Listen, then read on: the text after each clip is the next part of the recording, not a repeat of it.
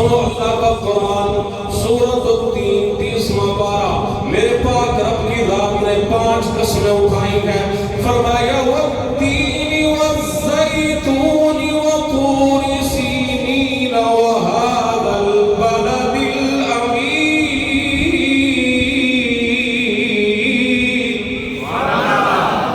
لقد خلقنا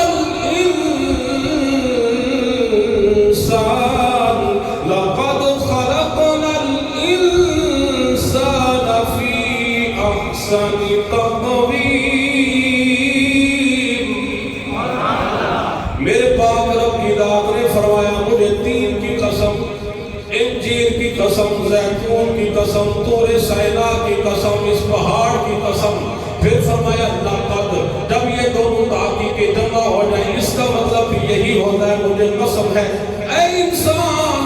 5 قسمیں اٹھا کے میرے رب نے فرمایا لقد خلقنا الانسان فی احسن تقویم. اے انسان میں نے تجھے بہت خوبصورت تخلیق فرمایا، بہت خوبصورت تجھے میں نے تخلیق فرمایا ہے. کتنے پیرائے میں ڈھالا ہے. سورہ رب کا قرآن وہ ترتیب بھی میرے رب نے بیان فرمائی ہے. سورۃ المؤمنون 18واں پارہ میرے رب نے فرمایا وَلَقَدْ خَلَقْنَا الْإِنسَانَ مِنْ سُلَالَةٍ مِّن طِينٍ ثُمَّ جَعَلْنَاهُ نُطْفَةً فِي قَرَارٍ مَّكِينٍ ثُمَّ خَلَقْنَا النُّطْفَةَ عَلَقَةً فَخَلَقْنَا الْعَلَقَةَ مُضْغَةً فَخَلَقْنَا الْمُضْغَةَ عِظَامًا فَكَسَوْنَا الْعِظَامَ لَحْمًا ثُمَّ أَنشَأْنَاهُ خَلْقًا آخَرَ فَتَبَارَكَ اللَّهُ أَحْسَنُ الْخَالِقِينَ.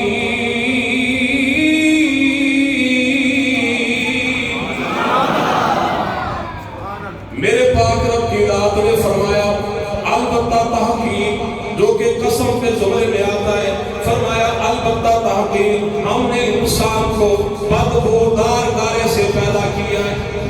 من سلالت من طین. اے انسان اپنی ابتدا پہ ذرا غور کر. وہ ناپاک پانی، وہ پانی کا ناپاک قطرہ جو اے انسان تیری بنیاد ہے. میرے رب نے فرمایا من سلالت من طین بدبودار گارے سے پیدا کیا ہے. ثم جعلنا النطفہ، پھر اس گارے سے ہم نے نطفے کے ذریعے تیری نسل کو ہم نے آگے ٹرانسمٹ کیا ہے، آگے منتقل کیا ہے. فرمایا وہ جو نطفہ تھا اسے ہم نے جمع ہوا خون بنایا، جمع ہوا خون بنایا. اس خون کو ہم نے گوشت میں تبدیل کیا. اس گوشت کے اندر ہم نے ہڈیاں پیدا کی. ہڈیوں کے اوپر پھر گوشت کو چڑھایا، اوپر گوشت کو چڑھایا.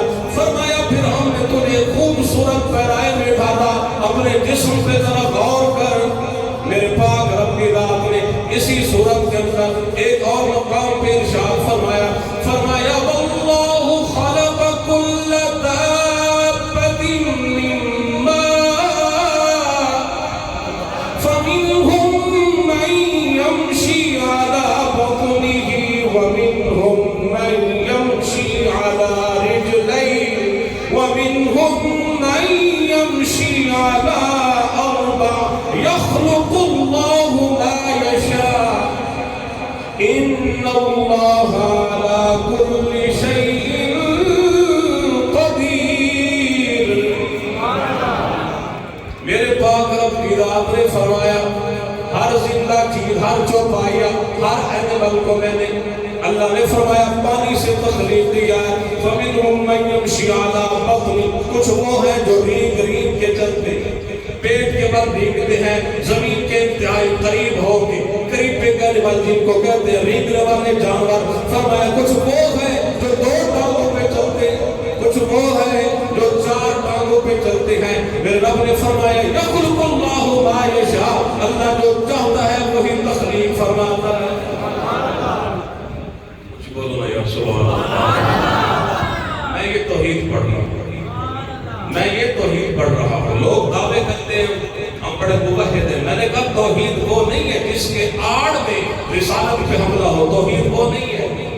توحید وہ ہے کہ جس کے ذریعے ہمیں رسالت ملے، توحید وہ ہے جو رسالت تک رسائی کا ہمیں راستہ بتائے، توحید وہ ہے، توحید اس کو کہتے ہیں اللہ کو اگر ماننا ہے اس کی ساری صفتوں کے ذریعے مانو، سارے صفتوں سمیت مانو۔ اگر رسول کو ماننا ہے جو اللہ نے رسول کو صفت عطا فرمائی ہے وہ ساری بھی ماننا پڑے گی، اس کو ہی مان ہے۔ میرے پیارے آقا و مولا صلی اللہ علیہ وسلم کی پاک ذات کے غلاموں، اللہ جل مجدہ الکریم کی پاک ذات نے فرمایا اے انسان اپنی تخلیق پہ غور کر، اپنی تخلیق پہ غور کر۔ رب العالمین بار بار فرماتا ہے اس کائنات پہ غور کر، جب یہ کائنات نہیں تھی صرف رب کی پاک ذات، صرف رب کی پاک ذات تھی، پھر میرے رب نے کن فرما کے یہ ساری کائنات تخلیق فرما دی ہے۔ اس لیے شاعر نے قلم اٹھایا، اپنے رب کی عظمت بیان کی ہے کہ یہ زمین جب نہ تھی، یہ زمان جب نہ تھا، چاند سورج نہ تھے، آسمان جب نہ تھا، راز حق بھی کسی پر آیا جب نہ تھا، راز حق بھی کسی پر آیا جب نہ تھا، جب نہ تھا کچھ یہاں تھا مگر تو ہی تو اللہ ہو، اللہ ہو، اللہ ہو۔